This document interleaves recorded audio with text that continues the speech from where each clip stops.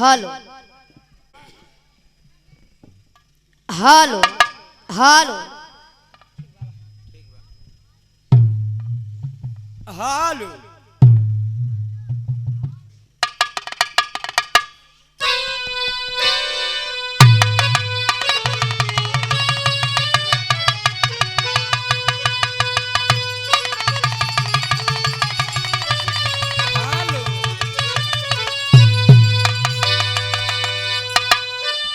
हे मैया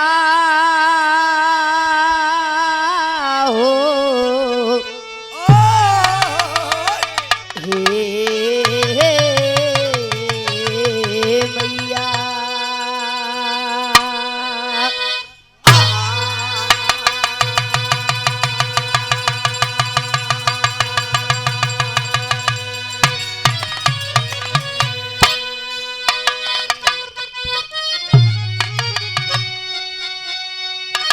एक दंती करवरी वदन विघ्ना हरन महाराज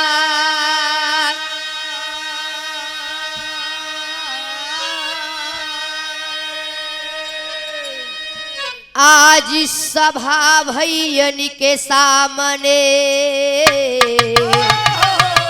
रखियो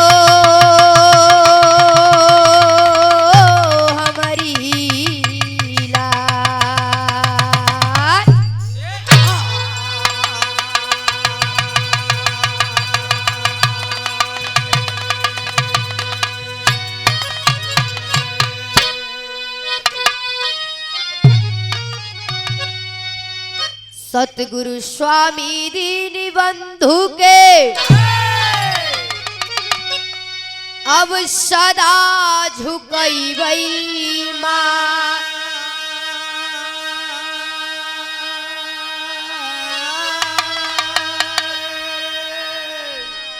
दुखियन ऊपर दया करो जय हो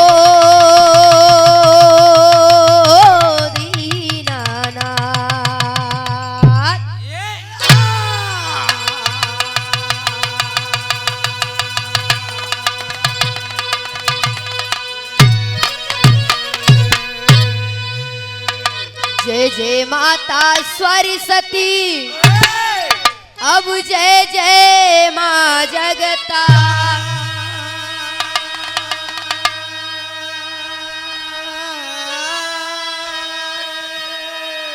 भक्ति जनों के काज हितिमा करती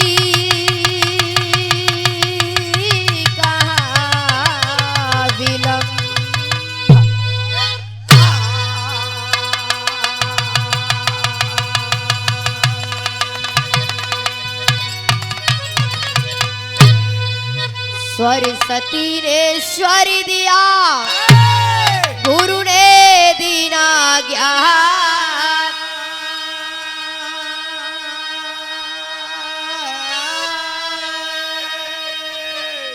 माता पिता ने जन्म दियो भाई करिमा लिखे भगवान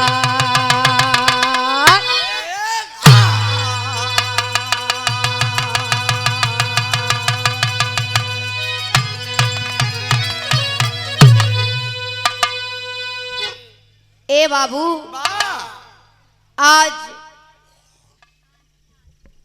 इस पावन पवित्र वसुंधरा पर इस धरती को नमन करती हूँ। मोगरा वाशापुर रामनगर के धरती पे आज अष्टमी के पावन उपलक्ष्य में माँ दुर्गा के पंडाल में बड़ा सुंदर कार्यक्रम रखल गई। सहयोगी हमारे गुरुतुल प्रमोद कुमार चौरसिया कोटेदार गुरुजी के देख रेख में आज कार्यक्रम आप लोग के बीच में रखल बा। ए भैया, हमारे प्रमोद कुमार कोटेदार चौरसिया गुरु जी का बड़ा देन है, बड़ा उपकार बा। गुरु जी का बड़ा सम्मान दुलार प्यार जब से हम बिरहा गावे सिखत बाने तब से मिलत आवत बा बाबू। वही तरह आज इस पंडाल में माँ के भक्तों के बीच इस बेटी का कार्यक्रम रखल गई और इस मंच के माध्यम से मैं गायिका आरती राज जख्मी मिर्जापुर के धरती से आप लोग के बीच में आने का सौभाग्य प्राप्त हुआ, मौका मिला। अय बाबू, और हमारे बगल के मंच पे बैठे मंचासीन बिरहा के सम्राट कलाकार आप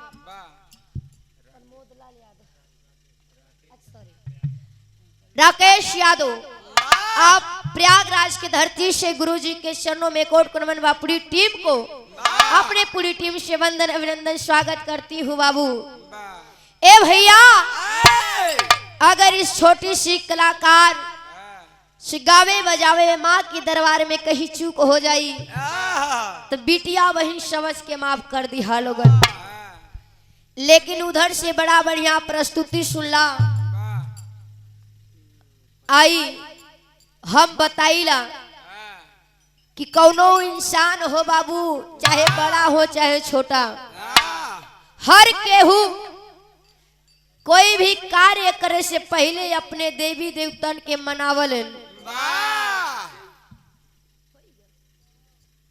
जैसे कि हम बताइला जेके धन के चाहत रहेला उ लक्ष्मी गणेश के पूजा करलन, जेके बल के चाहत रहेला भैया बाबू लोग उ बजरंग बली के पूजलन। और हम गवैया बजवैया पढ़वैया लिखवैया माँ सरस्वती को आगाज करते हैं कि माँ, ना मुझे गाने आता है ना मुझे बजाने आता है, तू ही गवावे लू माँ, जैसे रोज गवावे लू आज गवैया।